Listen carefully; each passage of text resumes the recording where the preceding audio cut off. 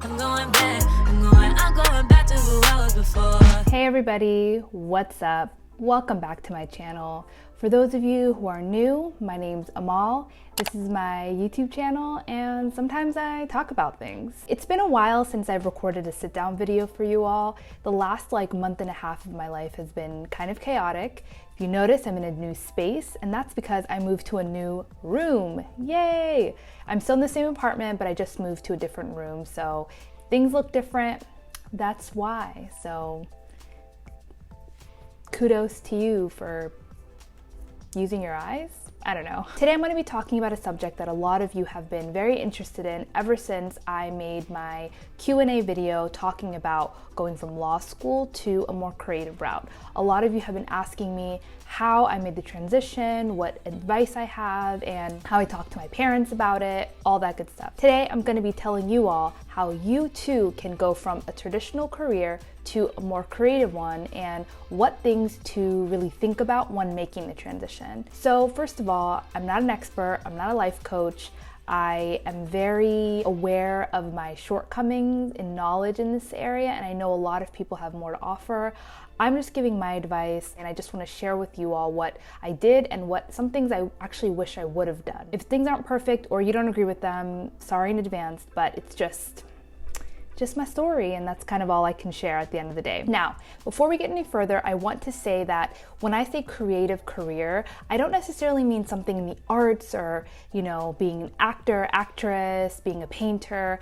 I essentially mean anything that is taking you from a very established traditional career path into something a little bit non-traditional. I want to very briefly talk about my experience. If you want a little bit more of an in-depth story, I will link my video above where I talk a little more extensively about how I made the switch, but in a nutshell, a few years ago, I graduated from law school, and after doing that, I decided that law school in the traditional sense was just not for me. I've always had a passion for social justice, yet after I learned the day-to-day tasks of a lawyer, I decided that this wasn't necessarily something I wanted to pursue. So I made the switch to be more creative. Right now, I have my own YouTube channel. I work mainly production, I edit, I write, so I do a lot of creative feats. I do want to make a docu-series. I have a lot of creative interests that necessarily don't have anything to do with my original career path, which was to be a lawyer. So let's start with the steps. Step one is definitely be honest with yourself. Nobody can tell you what is your truth. Nobody can really explain to you what feels right in your heart.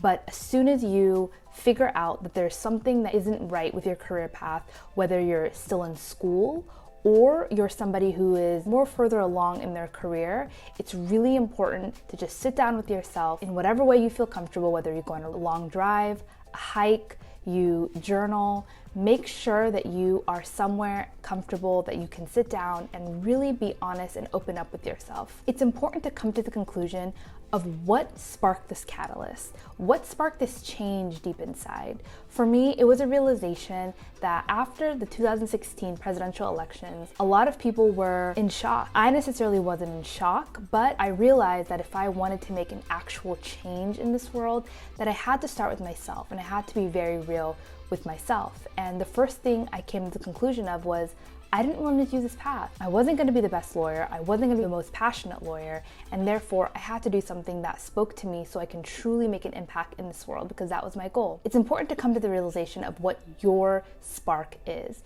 because later on down the line, when things start getting hard, it's really important to look back at that and say, this is the reason why I started to do this. So if you don't know why you started something, it's gonna be really hard to continue when things get hard. So this first step is very important. Make sure you're real with yourself, why this is a passion of yours, why you wanna leave this career behind. Because a lot of us, unfortunately, money is an object. We have to think about money. We have to think about these very real life needs that we have. And a lot of times we can't just jump from career path to career path. We have to think about the logistics. And once you have that down, write it down, circle it, put it somewhere that you can always look back into and remind yourself the reason why you're making this change. Because I guarantee you, things are gonna get hard and you're gonna wanna remind yourself the reason why you do what you do. Step 2, make a realistic plan of action. Now, this is the most important step.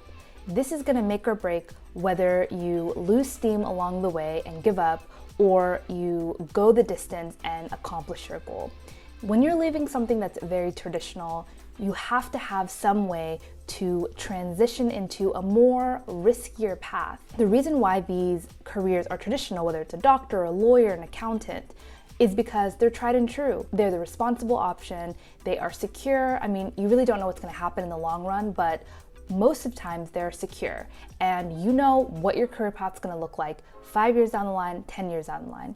But if you're starting down a non-traditional path, you really don't know. So it's really important to sit down early on and write down, yes, physically write down a plan of action.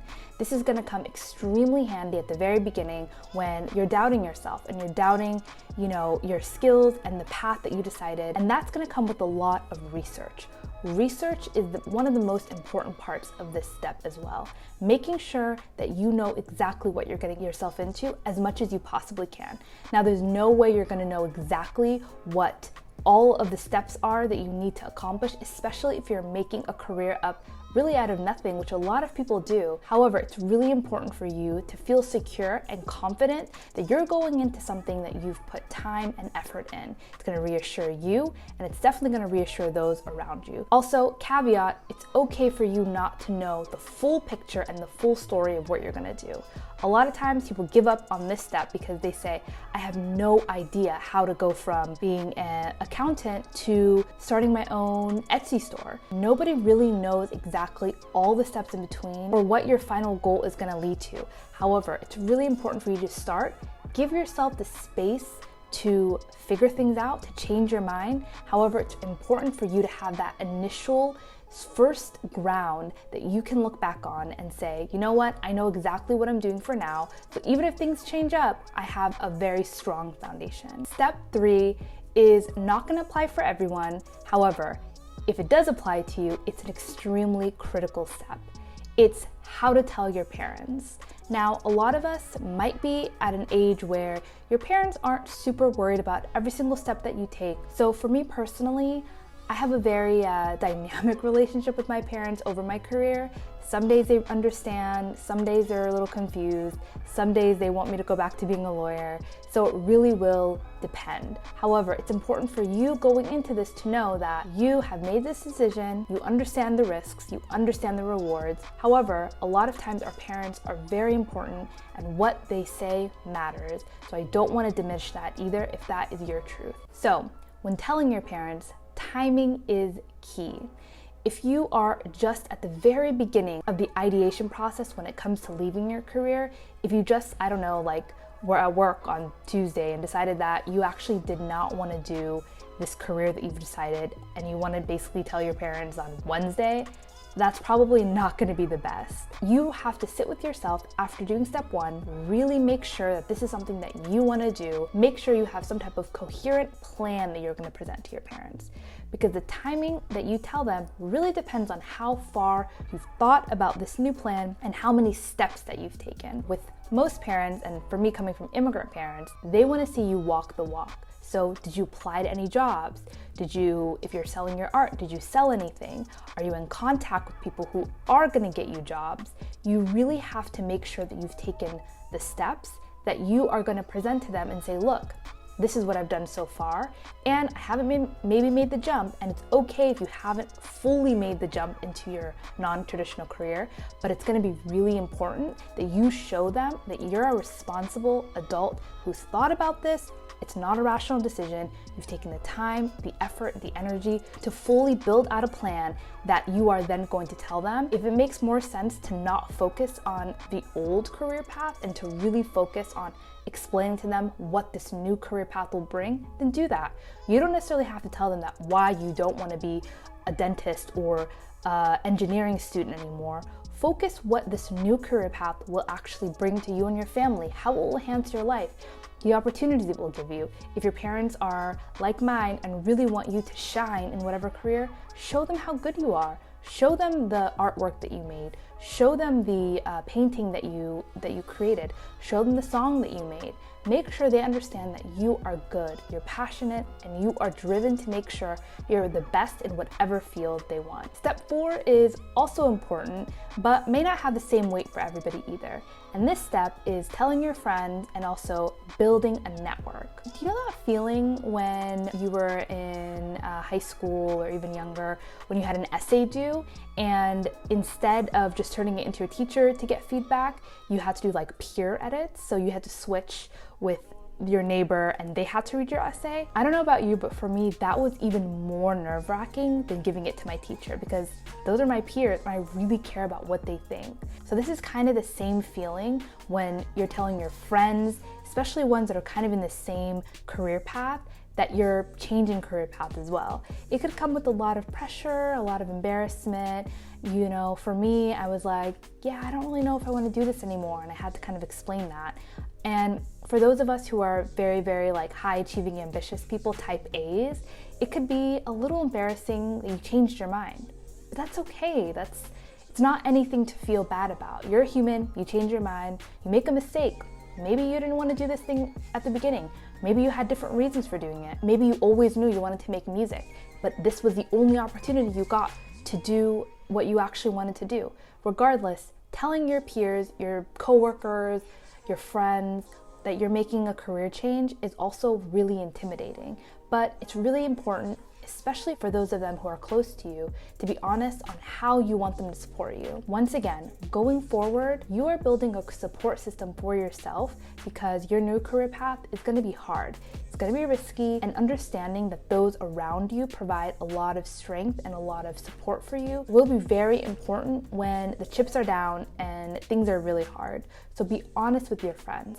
Let them know how they can support you, what they can do to be there for you, and how you want them to support you as well. You're building support system now that you will really appreciate a little down the line when things get a little harder. On the flip side of that, if you don't already have friends in the industry you're planning to go into, it's gonna be really important that you make some connections. I'm not talking necessarily about like networking, but about real people that you admire, that are maybe at the same level or close to the same level as you, that you can really be open with, that you can talk about your difficulties, that you can ask questions and don't feel like you necessarily are like inconveniencing them a lot. It's going to be important for you to make those connections early on. Step 5 is to have a B plan, but to not use it. So that sounds really contradictory, but hear me out. I always say that plan Bs are a lot like security blankets.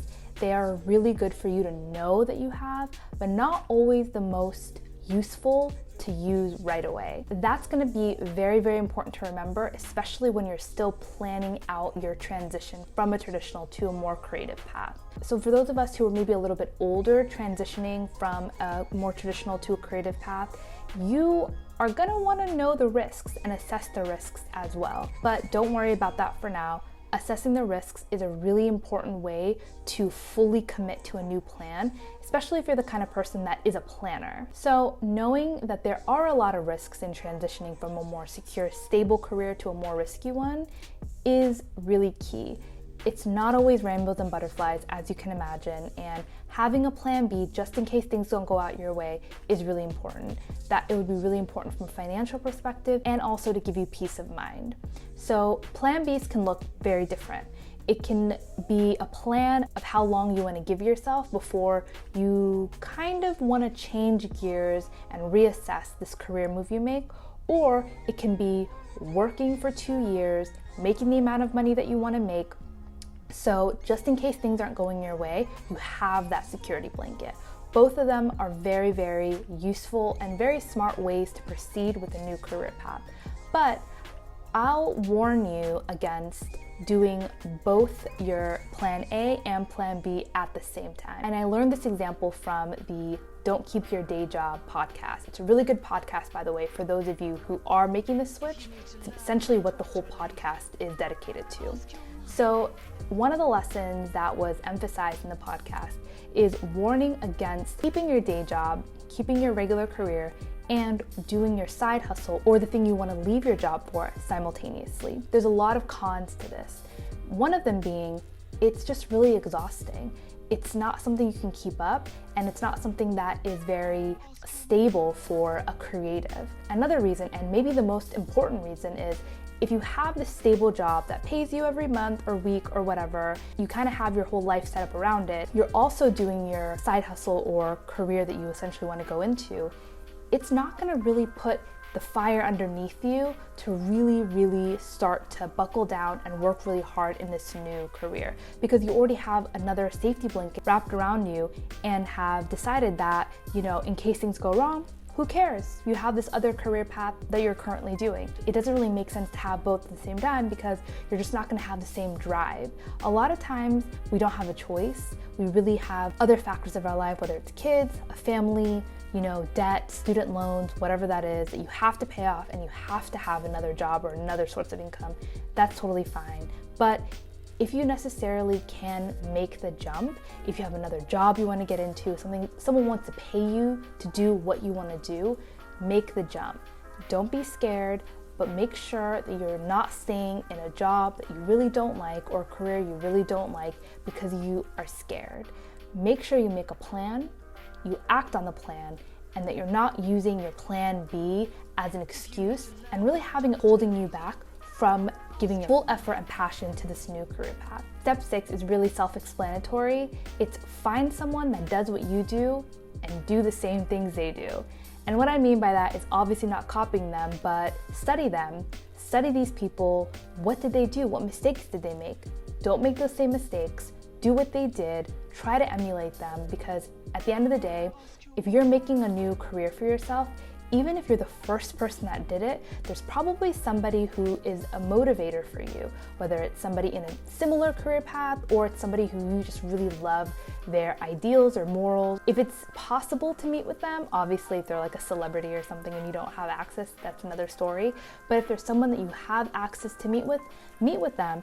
Do what you have to do. Ask someone for a favor. Make sure that you're doing everything you can do to put yourself in a position where you're above the game and you feel comfortable making that transition because you did the research, you've talked to the right people, and you've done the work to get there. Now, the last step might be the most important for the short term, but also long-term success. That is work, but also rest. At the end of the day, you have to take care of yourself because nobody else will. You have one body and one mind, and I know that's like very cliche, but it's true. If you want to put out your best work, if you want to be the leader of whatever industry you're going into at your optimal mode, and there's no way you're going to do that if you're burnt out, if you're stressed, if you're not sleeping, if you're not eating. So make sure that you're doing whatever you can to allow yourself to rest, to unwind, to detox. Because especially if you're going into a creative industry, you're putting your very intimate work into the world in whatever way you've chosen to. The only way to recover and to make sure you're doing that every single time is to give yourself a break. Self-care can look a lot of different ways. It can be like face masks and bubble baths, but it also can be talking to a loved one, reconnecting with people that you haven't talked to in a while, just taking a nap. It can look a lot of different ways for a lot of different people, but it's really important before you make the jump to write down the things that you love, that truly make you feel good, and to remember them, and to make sure that you religiously do those things, whether it's praying, whether it's taking a walk, whether it's knowing how to deal with yourself when you're stressed. Those are all gonna come extremely handy in difficult times. Okay, that's all I got, folks. Thanks so much for listening. I really hope that you've benefited in some way. I know a lot of these are very basic, but hopefully they serve as a reminder for you to take care of yourself or give you the push that you've needed to make that career path. I would really appreciate in the comments if you would write down what steps maybe have spoken to you, what steps you've done in the past, or what things you really want to implement. Once again, I really appreciate you all. Thanks for the support. Please subscribe if you haven't already, and make sure to follow me on Instagram. That's where I update you all whenever I have a video out. Thanks everyone. I'll see you in the next one. Bye.